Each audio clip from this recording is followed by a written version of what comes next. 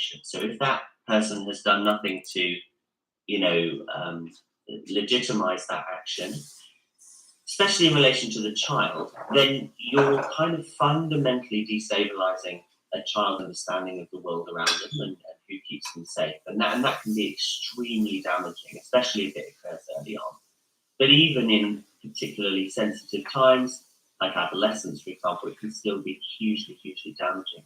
And it is like the same level of damage that you would have through losing a parent through, for example, full loss through death. And of course, the trauma isn't limited to the child. Well, the other thing that's important is that, well, I moved house and I was very fortunate to receive support from my parents to be able to buy another house quickly. So I'd set it up for my daughter, so she had a room. She's always had a room and still has a room at my house to her specification. So she knew that was there. She knew I'd done those things for her. But it was awful. It was absolutely awful. I made a promise to her, not physically to her, but to her out to the ether, that I would always be there for her, and I'd always do everything I possibly could to see her, to demonstrate that I was there for her and that I loved her and I wasn't abandoning her. And I wanted to support her. So I went to everything I could that I knew about to school and things like that to show her. And quite often I'd arrive there on my own, and my ex-wife would be there with her new partner, her mother, my ex-mother-in-law, other members of her family, all of whom would ignore me. So my daughter could see that behaviour. That Dad was someone you ignored, Dad was someone you didn't talk to, Dad was someone who wasn't involved. And then other things started to creep hands. but is this actually what happens? Laura Naser is a family law partner at Pennington's Manchester Cooper and author of the Family Lawyer's Guide to Separation and Divorce. Well, as far as children are concerned, when a couple breaks up, there is no formal process.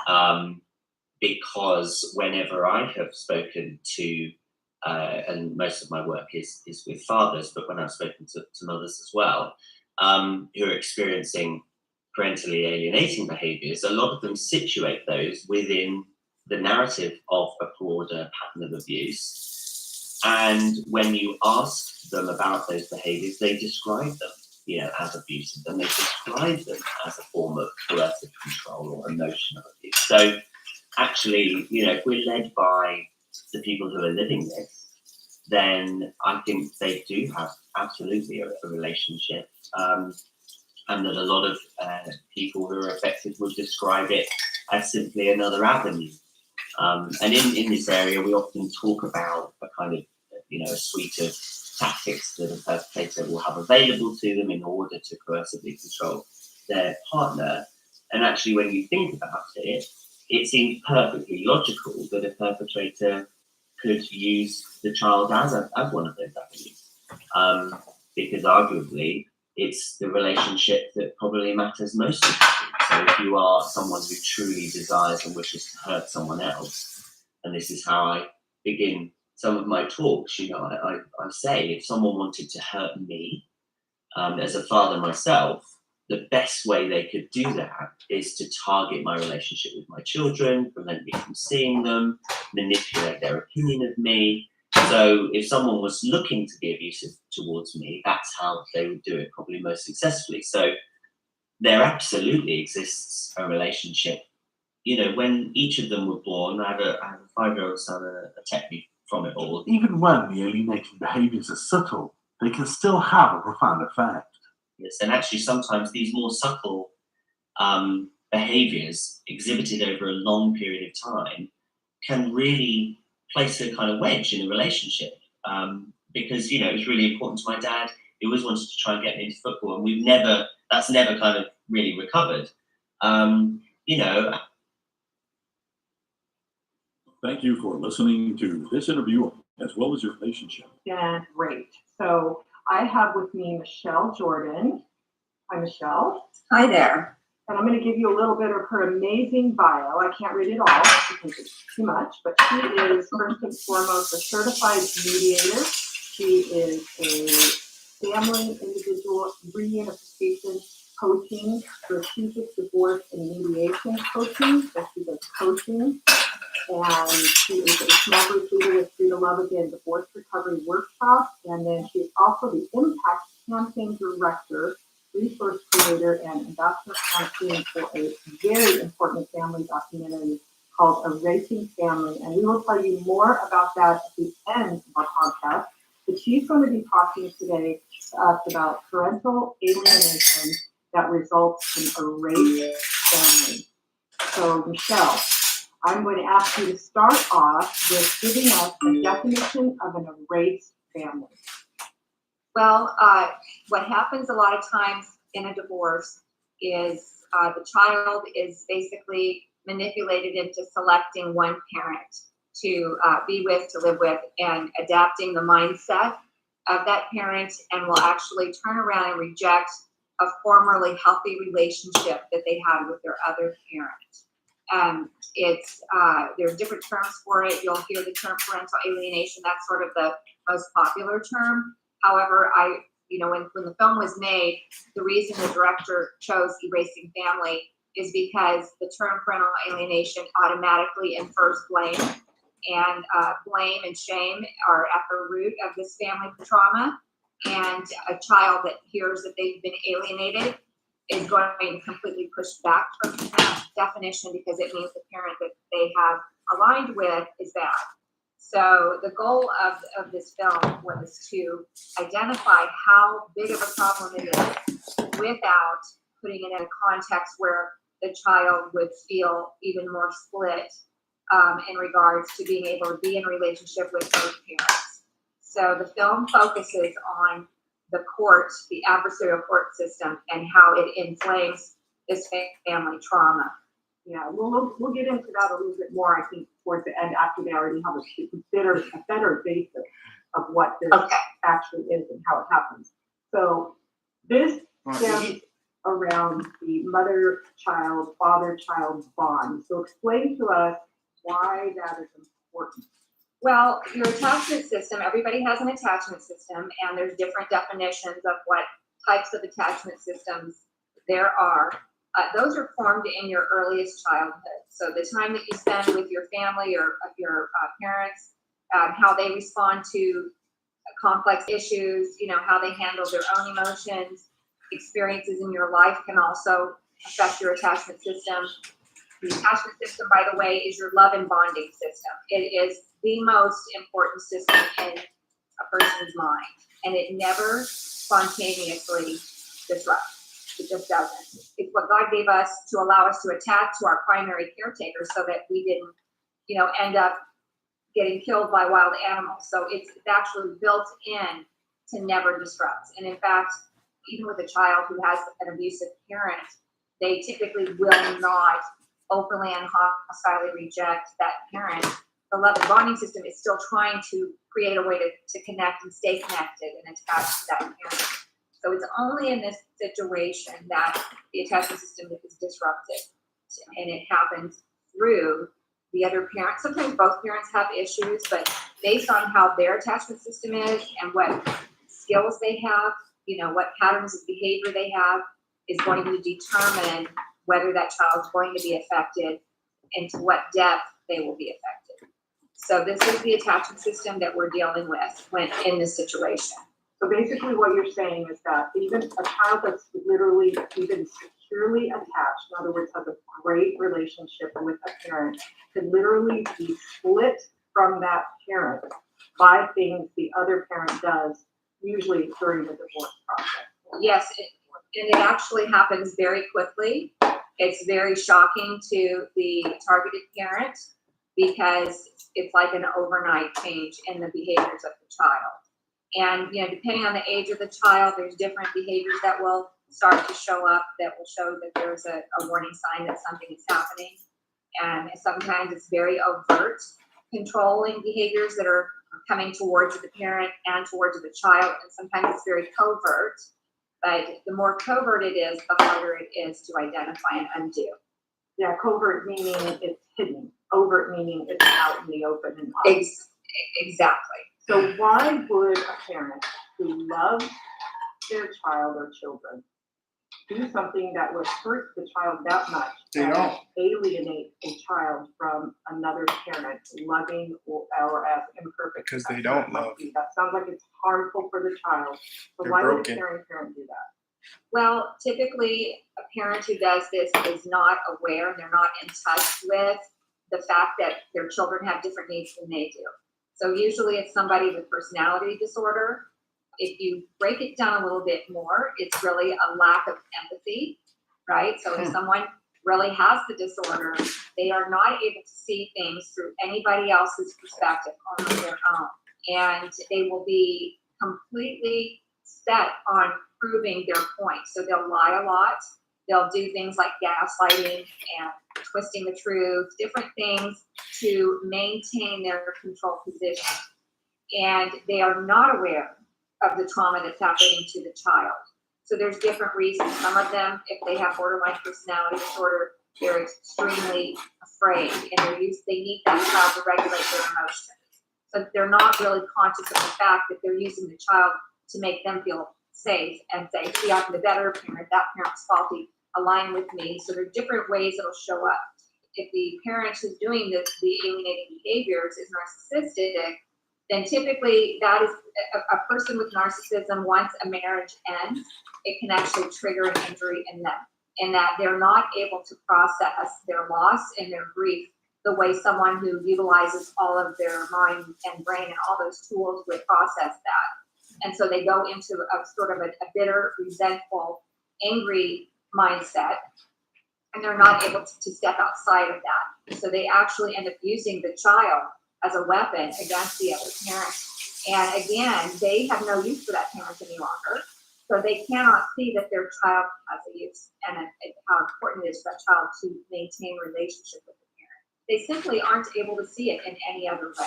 In literature about this, it talks about targeted parent and favored parent. So what is the favored parent? First of all, define a favored and targeted parent, and then tell me what the favored parent does to the targeted parent. So I would rather, instead of the favored parent, call it the aligned parent. So the parent that they're aligning with is the parent that has some insecurities, and they may not appear so on the outside, but this is why they're operating in this manner. So some of the techniques that they will use Gross would behavior. be either to share details of the divorce with the child, to escalate things that happen that maybe aren't exactly the truth, but they will make it to where the other parent is all bad. There's no, oh, well, she did this wrong, but she did this okay. It's all bad. So it's splitting of thinking, all or nothing thinking. And so what will happen is the child, if it's an overt situation, I've had cases where the parent would literally get angry and punish the child if the child showed any love and affection towards the other parent when they went from house to house. So when they were with their parent who was doing the alienating behaviors, if they came home, for example, and said, I had a great time at dad's house, we went to the park, we did this and that, the parent will either overtly try and change the story for the child and instill fear in the child, by the way, and start repeating these things that aren't true. So when you mix fear with things that aren't true and you continually put those thoughts into that child's head, and on top of that, parents who do this typically don't maintain their emotions. They don't have emotional boundaries, and emotions are contagious. So if they're angry, if they're bitter, and that's always showing up, that child is actually absorbing those emotions without the capacity or even the development of their own brain to be able to recognize that their anger isn't mine. So the child will start to feel the same emotion that parent is expressing or harboring. So there's a lot of different things that are happening underneath the surface. So there's fear. There's one of our biggest fears as human beings is that we'll be rejected. So a lot of parents will say, your other parent never loved you. They left us. They had an affair. They're dangerous. We hear that a lot. A lot of parents, it's not unusual for them to all of a sudden file false abuse charges and use that as a strategy to be able to get the upper hand in a custody battle. And then the more that they say this to the child, and the more they act out in front of the child is getting this message underneath it. Either my other parent doesn't love me, is unsafe, or is neglectful. So there's just that narrative that's going on and being supported. And when the child starts to recognize that, remember, the child's just trying to survive in the environment they're in. So typically a parent who's doing this also will not honor the parenting time agreement. So let's just say two parents went in and they had equal parenting time, which we already know is best for kids. But that parent will sabotage those times with that parent, or he will make plans, or she will make plans on the day that the child was to be with the other parent. And then if that parent says, well, wait a second, this is my time, they'll make that parent look like the bad guy, like they spoiled all the fun for the child. So there's innocent ways like that look innocent, and then there's more, overt and aggressive ways of sabotaging and scaring the child to where the child is afraid to show any sense of love to that parent. And then by isolating the child, right, all of a sudden this repetitive story and this repetitive emotion, on top of that, the child will be rewarded if the child says anything bad about the parent. So if, for example, if the child went to the parent's house and went back to the alienated parent, and they said, how was your time at dad's house? And the child said, oh, it was great. We just went to the park. And then they said, they kind of give them a signal like they're not happy to hear that. So they let the child know you're not going to connect with them over that. And the child starts to realize that they almost need to say something for that parent. So they might say, well, they didn't have anything good to eat. All they had was junk food. So now all of a sudden the parent shows up all excited and, oh my gosh, that parent didn't have good food. They never feed you the right food, and they almost reward the child for reporting in that They manner. always have a lot of times rash they when would you get the get child to back. spy on the other parent, to That's look what- at their bank account statements. They really can get completely over the Get a top life. on using the child to continue to create this drama against the other parent. So these are some of the ways that they will use, or some of the strategies that they will use. Yeah, and you mentioned this, and I just want to elaborate a little bit more on it. Remember, children are going through their own trauma in the Yes. divorce. And so, we talked about the attachment system of the parents, and let's talk about the attachment system of the child, who, if that child had a secure attachment to both parents or one parent more, the child's attachment is threatened. And so the child is grasping for how to become secure in this split home with these two people who are angry and preoccupied with their own pain. And the child is just figuring out how to fit in. And the children automatically, even with parents doing perfect divorces, already, who would I choose? Who do I choose? And unless children are really reinforced and told them, look, you don't have to choose. We both love you. We're both going to have a relationship with you. Let's work this out the best we can. Children are already automatically stuck in the middle and feeling like they want to take sides. So when this is increased deliberately by the parent trying to make the child take it, then it becomes very difficult for the child resistant. Right, it's very difficult, and we try and let the parents know who. Actually, the parent that's being targeted is actually the favorite parent. That's the safe parent. So the child deep down knows that that parent's going to love them and they can align with the other parent. They sort of take on an adult role to have to manage the emotions of one of their parents. So you're dealing with all kinds of issues where the child is placed in a parental space when they don't have, their mind's not developed yet. They don't have necessarily the skills to do that. And yes, they do feel split, even like you said, when it's perfect. A child will always view that they did something to cause this, or if I had done something, if I had done A, my parents would not have divorced. And when you're dealing with these high conflict situations, already you've got the trauma of, at least one of the parents having to be completely independent, probably for the first time. There's other issues that are going on besides the divorce itself. It's really, really scary for the kids, and it's not unusual for parents to just assume that the child knows better, or would think the way they think, and that's not the case. So the children are definitely carrying the brunt of this. They actually, when divorce, they may not be an intact family anymore, but they're still a family, and they're connected by the child. The child is the connecting point of the family. So when the child is placed in this position, it's highly stressful for the child. It's a trauma again, that whole issue with the emotions. I like to bring that up because a lot of people don't realize how contagious emotions are. But I mean, if you walk in a restaurant, all of a sudden someone starts screaming and yelling, you're initially going to feel the same kind of anger and fear that's coming out before you can discern that, hey, this wasn't about me, this is used to. You know, the kids can't do that. So that emotion is so strong and heavy that the child's own beliefs system and thought are just completely covered up. And they start to adapt these responses, and it goes right into their trauma brain, where fight, flight, or freeze. So when you are always being activated in that part of your brain, it's very hard to move into your critical thinking brain and start to say, wait a second, you know, this is between these two. Kids don't have that capacity unless their parents help them or a therapist or a family coach helps them. So what would the rejected parent or the alienated parent start seeing during the divorce? What signs on the child would that person see where it's like, something's going to be happening here, I gotta attend to it? Typically, upon the transition time, when the child's going from their house to the other parent or from the other parent to their house, on that first day will be very difficult. The child will act out almost aggressively.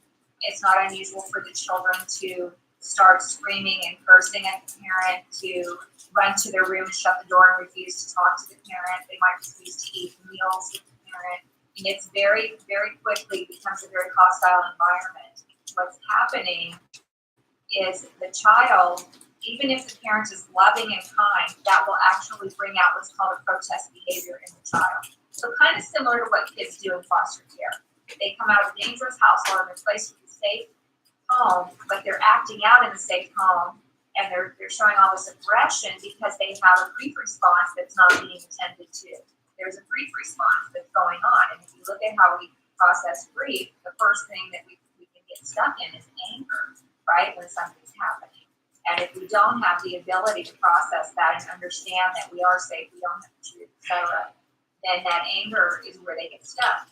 And then another thing that will happen is the child, when the parent isn't these dangerous bad things that the other parent said they were, and they come to become a strong belief system in their mind, something happens called cognitive dissonance, where they get extremely angry because the parent isn't. So underneath that is fear and shame, right? Because the kids, like we talk to the kids later on, and that's the first thing they say is how ashamed they felt for how they treated and behaved in that parent's home. So a lot of these behaviors are actually protest behaviors and trauma and grief responses. They're not really meant to say, I hate you, mom and dad. You know, I mean, I've seen horrible things. I've seen kids write profanity on the walls at their parents' house. You know, I mean, just really, really scary stuff. I mean, the parents are usually completely shocked. So are their friends when they witness it. Usually they will run away. They'll run back to the other house. They'll call the parent the whole time. The parent is calling them the whole time they're there, so that the target parent isn't really able to even have a time alone with that child. There's just always communication going back and forth. So these are some of the behaviors that a parent will experience. They can experience the kids screaming and yelling and cursing at them at school, refusing to allow them to come to their sporting activities, refusing to have them come to their graduation. I've had some kids turn and file restraining orders against their parents, saying that they stopped them. You know, it can be pretty brutal. It's quite shocking to the parent on the receiving end. Well, what can that parent do early on to intervene in a really safe and healthy and effective way to prevent it from being worse? Well, the most important thing is, because this is a trauma pathology, it gets its energy from the body.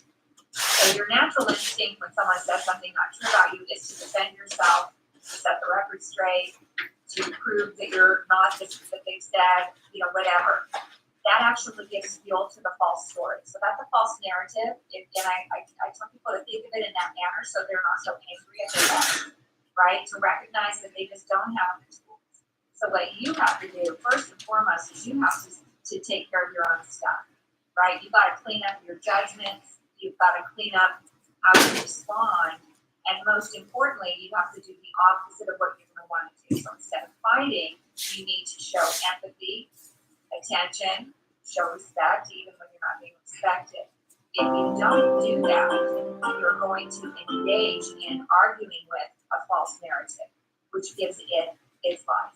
So the thing is, you're showing the child that you are who the other parent says you are.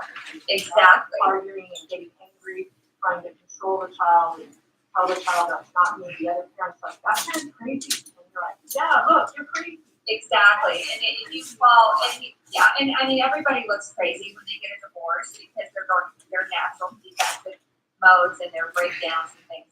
But you're right, you're absolutely correct. The more that you try and fight it, you actually start to look like exactly what they're thinking you are. And that's where you get the misconception that both parents are doing this. Like Kramer versus Kramer, that was an old movie, but it was showing you, how bad a divorce can be going to court. You did have two parents that were fighting like crazy, so sometimes you do. But typically in these cases, you have a good enough parent and you have a parent who's got personality disorder or mental illness that is utilizing these strategies and behaviors because they've not learned other behaviors yet. And it works for them too. So for that parent, yes, staying calm, get the support you need. If you need a counselor, work with a counselor. Working with coaching, learning these skills, how to maintain and manage your emotions, how to manage your expectations, not expecting the other parent to think and see things the way you do, right? Because it's just, you're going to bang your head against a wall because they just won't. So accepting who they are, and instead of trying to be right, it's better to try and be rightly related to that parent. Is try and be kind no matter what. Take the high road.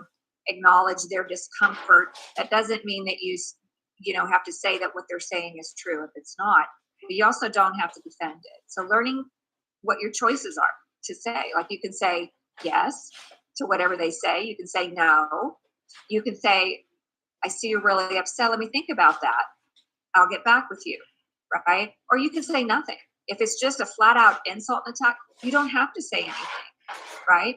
You can just hang up the phone or walk away. If you're engaged in any kind of interaction with that parent, you want to always try and build a bridge, and don't stay so focused on proving the truth because that won't work.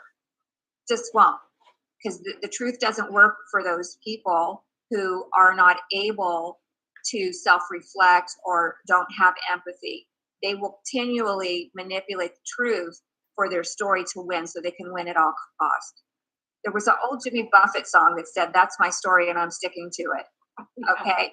It kind of it makes it a little lighter. It's not, first of all, it's very stressful and distressful to be in a relationship like this. So I'm not trying to downplay it, but if you start to look at it a little differently, change your viewpoint of it and your judgment of it, and recognize that that parent does not have the ability to engage the part of their brain that would help them be reasonable and process all the emotions that are there hiding under their surface, right? And when you recognize that, I will tell parents, rather than be angry, imagine if they were paralyzed and they were sitting in a wheelchair and they can't get up and walk across the room no matter how much you want them to, and it's not going to happen.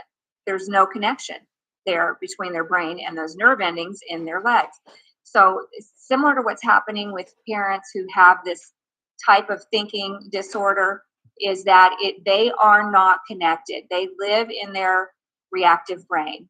And now they can learn skills. It depends. There's levels. That's why it's so important to try and keep your family in a therapeutic setting. Stay away from court if at all possible.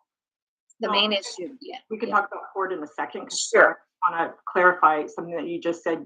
We kind of shifted, and we were talking, for those that are listening, into what you're going through as a person who is getting a divorce, and it's rough. And I have seen a lot of people going through divorce, as you have, who can barely even have room to consider the children because Yes. they're dealing with so much rejection, so much pain, so much fear, so much anxiety. When you're dealing with a narcissistic or high conflict personality, divorcing that person is absolutely the most difficult type of person to get a divorce from. So they're pulling all kinds of things with the divorce, and they're making threats, and they're doing all these different things. And so you're just like, and one of the most important thing I think I tell people who are going through a divorce is, at the very beginning, I want you to get a different mindset. You have been married to this person and you have spent years and hours and hours and hours trying to get this person to understand your thinking and your way of viewing things so you can have reconciliation to whatever it is that's going on. You've got to give that up in a divorce. Yes. You're divorcing. Give up your dream and your hope and your wish of your soon-to-be ex-spouse ever seeing and understanding your side of the story.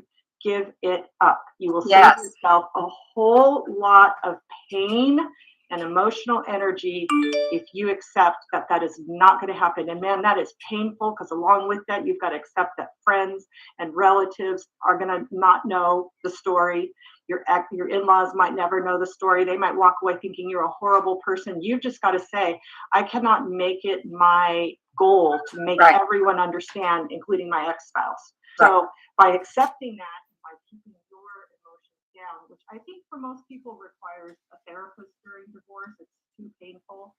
And also divorce recovery is super important because you're with other people, you have a support system, you can process a lot of those emotions, you find out what's normal.